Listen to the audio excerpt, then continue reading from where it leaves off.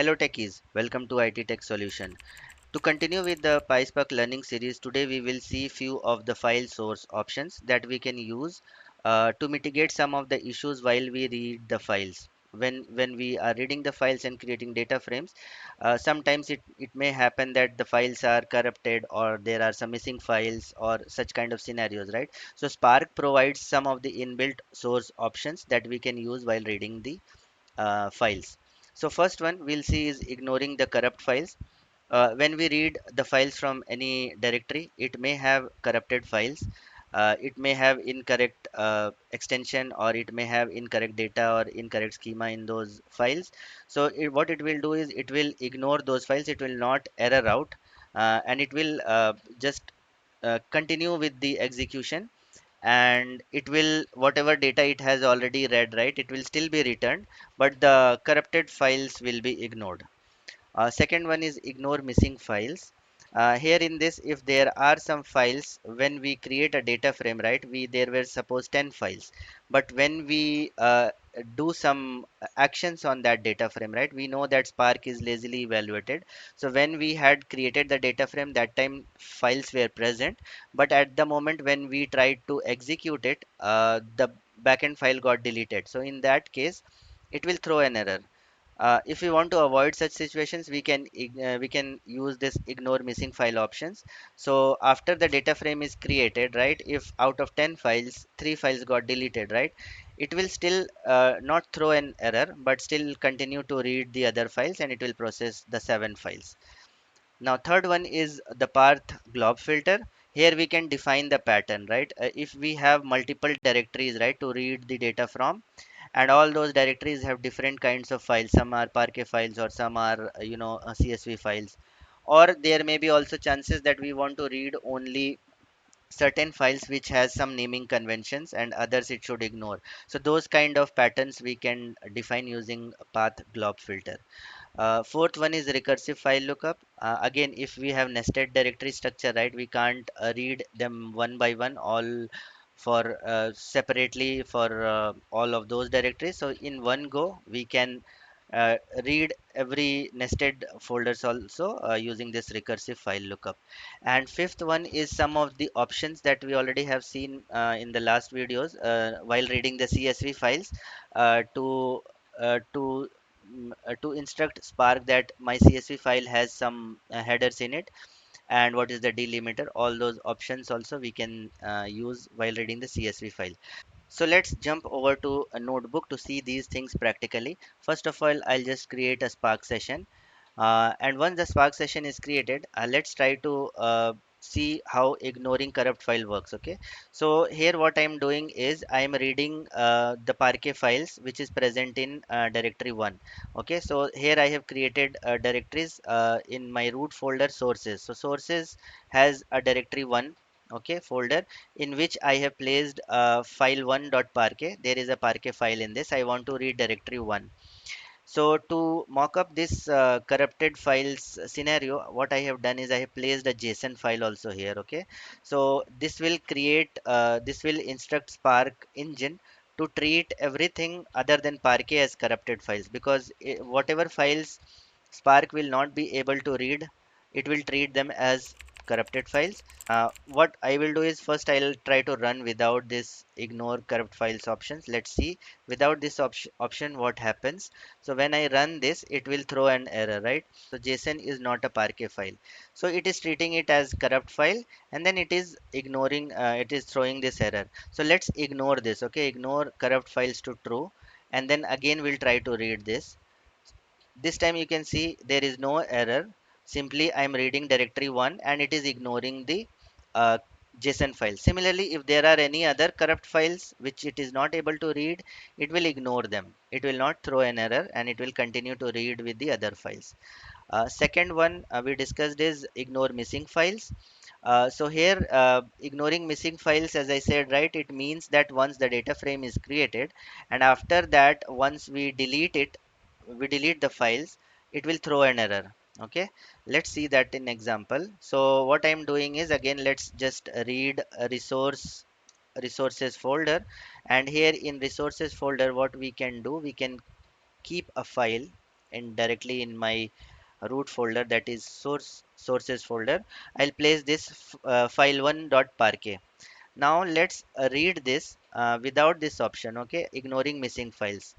I'll just remove this, and what I will do is I will just read resources folder, and I'm saying that I just want to read star.parquet files. I don't want to read the other JSON or CSV files in it. And then after reading it, we will delete that file and see if what this show command will give us. So let's just read. So once it creates the data frame, it has still not executed because we know Spark is lazily evaluated. So that is recorded in DAG that it has created a data frame using the file which is present in resources. And if we do a show here now, if you see, it will show that file, okay. But if we again go back and delete that file from the source, let's see what happens. I'll just simply delete this file now. Now still my data frame, it knows that it has created a data frame using that file. I'll just simply run this. Now when I run this, it says it throws an error, and it will say somewhere that the file, no such file, or unknown source or something. See, unknown source. So it is not able to get that file. It was not able to find that file, hence it will throw this error. Okay. Now what we will do is we will place that file option again here, ignore missing files. And now this time again we will do is we will place that file here, and we will try to read or create the data frame, and then we'll try to delete it and see what happens now. Now I am creating this data frame using this option, ignoring missing files. So this command will tell the Spark engine that when the action is performed, and if the files are missing, don't throw an error, it just simply ignore it. So I'll create data frame again. I have created this data frame again now with this option. Now let's try to run this show. It is showing me that file1 is present, and it is able to display that file. Now I'll delete as before, I'll again delete it. But now since this time we have used this option, let's see what it shows now. I'll run this. Now you can see it did not throw any error. It just simply gave me an empty data frame that, yeah, it did not read any file. So it is treating it as that it has no files for this data frame. So this way we can use this to ignore the deleted files. Third option is the recursive file lookup. Now what happens is if I just read directory 1, right, it will read only these two files, or maybe the parquet file. It will not go inside dir 2. So again for this we will just recursive option I'll just remove from here, and let's run without the recursive option, and I'm giving resources only, okay. And in resources I'll keep it till dir1. Let's read till dir1 and then see what happens, okay, what all files it reads. So it is reading only file1.parquet. Now it is not going inside directory 2, and it is not reading file2.parquet, right? So for that we will give that option back here, recursive file lookup, and let's try to read and see what it reads. Now you see it has written both the files, I mean file 1 and file 2. And now we know file 1 was inside directory 1 and file 2 was present inside directory 2. So but still we are reading till file 1 only. The path that we have defined is till dir 1. But since we are using recursive file lookup option, it is going inside that recursively and bringing all the files in the data frame. So this is pathGlobFilter. The fifth one, as I said, right, few options we have for CSV.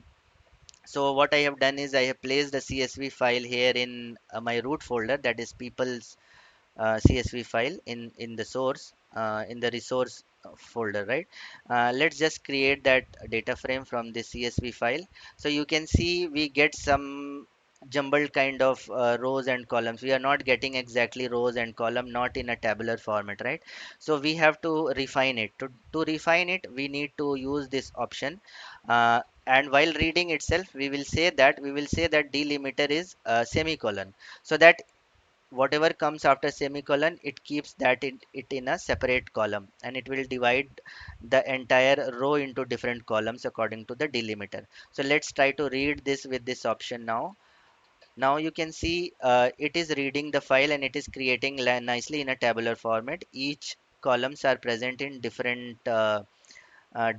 partitions, I mean different columns. Each values are present in different columns, right? But still we see it looks like the first row that it is displaying, it's actually header, it is not a record, right? And it is giving a default header here, C0, C1 and C2. We don't want this, right? So for that we can again use one more option, and we can say that it has headers. My CSV files has headers, so that it will treat the first record as header and it will replace this C0, C1, C2 with actual headers. So what we will do is we will simply say option header and true. So we'll set that to true. So once we run this, we will see that options, these headers are coming in the correct place. Now it is nicely in the tabular format with correct headers and the correct column names. The third thing I just want to show in CSV or in any file format, reading file format, multiple option we can combine into single options. Okay, here the name will just change from option to options because it contains a combination of different options. Like for example, here we mentioned delimiter as semicolon, and we also mentioned header to true.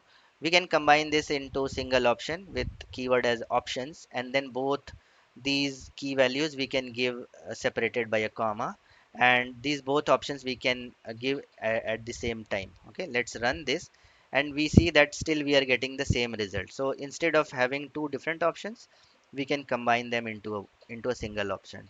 So this was one small lecture, but I think it will be useful when we are reading these kind of files. We can mix and match all of these options to read the files effectively and mitigate the issues that we get while reading the files.